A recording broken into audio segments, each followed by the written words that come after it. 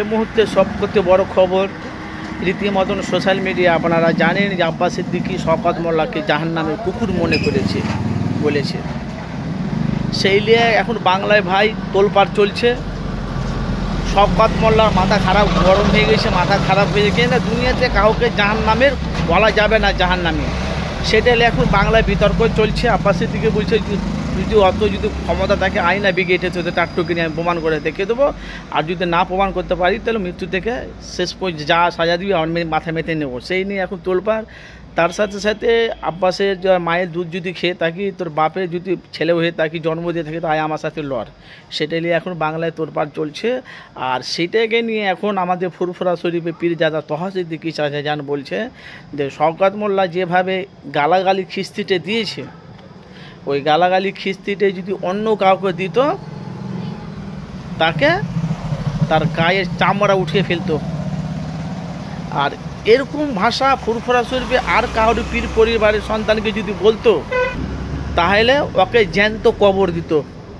এই নিয়ে এখন বাপ মাকে বিভিন্ন রকম লিয়া কুমন্তব্য করেছে তহা সিদ্দিকী চাচা যান, যেটা বলেছে মানুষের কাছে সত্যটা তুলে ধরেছে।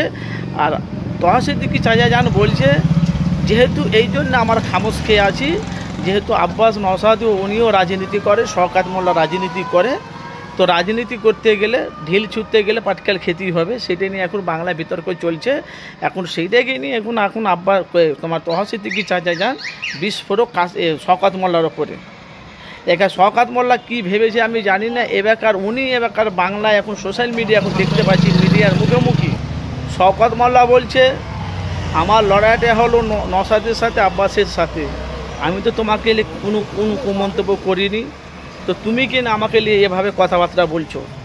শওকত মোল্লা বলছে তহা সিদ্দিকী চাচা জানকে, আর তুমি ভেতরে কী করেছো না করেছো সমস্ত খাতা খুলে দেবো, এই জন্য বলছি এখনও সময় আছে, এই নিয়ে তুমি কথাবার্তা বলবে না। আমাদের লড়াই হলো 26-এ নওশাদের সাথে, আব্বাসের সাথে, বেশি বাড়াবাড়ি বড্ড করিনি কিনা তোমার খাতা খুলে দেবো। শওকত মোল্লা এটা কিন্তু সোশ্যাল মিডিয়াতে ভাইরাল চলছে।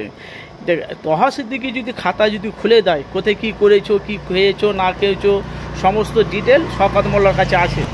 আপনাদের কাছে আমার একটা প্রশ্ন, যে পীর পরিবারের সন্তান পীর জুলফিকারের সাহেবজাদা তহা সিদ্দিকী চাচা, ওনার পীর পরিবারের সন্তান, ওদের কি ব্যাংক ব্যালেন্স টাকার সম্পত্তি কি ওদের কি কম আছে? আল্লাহর রহমতে ওদের কোনো কমই নেই, আপনারা জানেন। তো উনি বলতে চাইছে তার মানে কি, তো তৃণমূলের কাছ থেকে, মমতার কাছ থেকে বহুত কিছু সুবিধা নিয়েছে তহা সিদ্দিকী, ভালো করে বুঝবেন। সেইটা নিয়ে এখন তোমার শওকত মোল্লার মাথা গরম, মাথায় কাজ করছে না। তো তহা সিদ্দিকী চাচা যান যেটা বলে মানুষের কাছে আপনারা জানেন বাস্তবটা সত্যটা তুলে ধরে। যেভাবে গালাগালিটা দিয়েছে রাজনীতি, যেভাবে গালাগালিটা দিয়েছে যদি অন্য কাউকে দিত শওকত মোল্লাকে ছাড়তো না, তাকে জেনতেই পুঁতে দিত, সেটা নিয়ে এখন বাংলায় তোলপাড় চলছে, শওকত মোল্লার গায়ে লেগেছে। তো সামনে বিধানসভা ভোট, এই নিয়ে এখন বিভিন্ন রকম বিতর্ক চলছে। এখন তো তহা সিদ্দিকীর পেছনে এখন শওকত মোল্লা আবার লেগে গেছে। তো কী সুবিধা নিয়েছো না নিয়েছো সব খাতা খুলে দেবো, এটা বলছে শওকত মোল্লা। আর উনি তো ন্যায়ের কথা বলছে, উনি তো হকের কথা বলছে। তুমি রাজনীতি করো, রাজনীতির জায়গায় রাজনীতি, সেখানে তুমি বাপ মা গেলে তুমি গালাগালি দেবে। আব্বাস সিদ্দিকী তো বলছে আমি তোকে সামান্য জাহান্নামের কুকুর বলেছি, আমি তোর বাপ মাকে তুলে তোর গালাগালি দিইনি, এটা তো আমাদের ইসলামে নেই, ইসলাম থেকে আমি এটা বলতে পারি না, ভালো করে বুঝবে, এটা আব্বাস সিদ্দিকী বলছে। সেই দিকে এখন মানে চূড়ান্ত এখন ক্ষোভ তহা সিদ্দিকী চাচা জানকে নিয়ে মন্তব্য করছে শওকত মোল্লা। ঠিক আছে, তহা সিদ্দিকী আপনারা জানেন পীর পরিবারের সঙ্গে ওদের টাকার অভাব, তা এর মধ্যে কী কুমন্তব্য আছে ভেতরে আপনাদের জানা থানা একটু কমেন্ট বক্সে মতামত জানাবেন, যেখান থেকে আছেন।